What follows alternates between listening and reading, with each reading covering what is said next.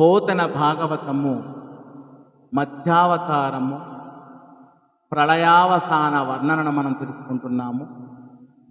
ఆ సమయంలో వాసవారి జంపి వాని చేబడియున్న వేద కోటి చిక్కు విచ్చి తెచ్చి నిదురమానియున్న నీరజాసననుకో నిత్య కరుణతోడ ఈశ్వరుండు.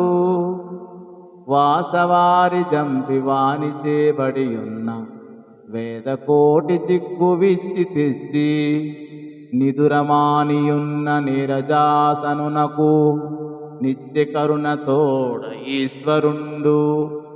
భగవంతుడు ఇంద్రుడి శత్రువు అయిన హయగ్రీవుణ్ణి చంపేసి వాడు అపహరించిన వేదాల చెర విడిపించాడు.